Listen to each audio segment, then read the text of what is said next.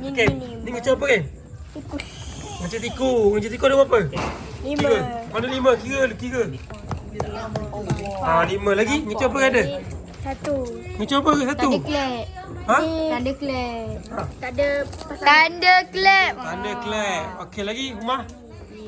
Nak clap ada satu. Lagi tu? Apa? Gasing. Ha? Gasing. Gasing. Yo. Ni benda ni. Memang lawa dia punya gambar je. Tahu. Untuk kanak-kanak lah. Happy boom, ground, bloom, flower. Ada 2 kotak. Ni apa? Ni fountain. Ha? Fountain. Ni 3 segi fountain. Ada berapa ni? Ada 5. Okey, ni telur naga ada? Ada 2. Ada 2. Ni ngecong apa? Das ada? 5 paket. Alhamdulillah. Ni Macam semua besi. semua sans. Oh, ni mengapi. Jadi Okey. tak tahu. Ni apa? Ni ngecong bola ni. Mana ada? Ni happy boom firework. Happy boom.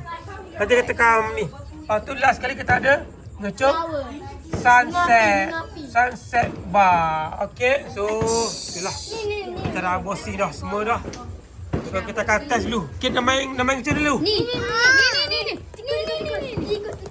Okey. Ha? Ngecop happy. Okey, ayo teh. Ngecop dulu teh. Macam mana? Macam ni. Okey, ngecop dulu good test.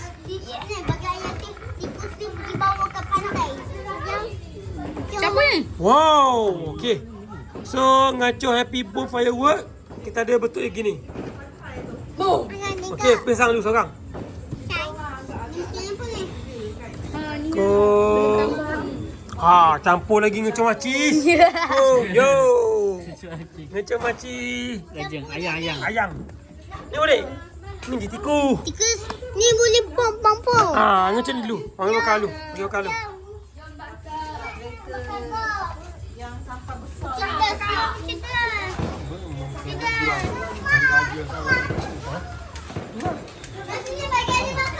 Lagu.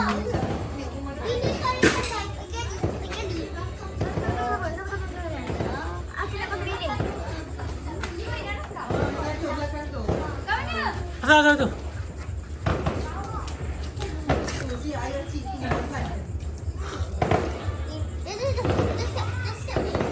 Okey, so mengecoh yang pertama untuk malam ni yang kita korbankan.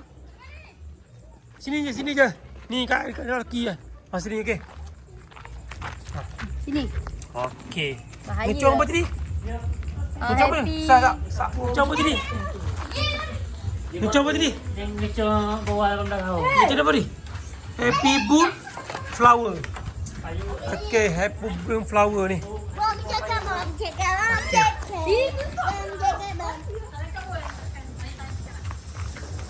Wow. So bentuk dia macam bunga. Cantiknya. Yeay. Okey. Kita ada Haji ni, Haji. Okey, terima kasih.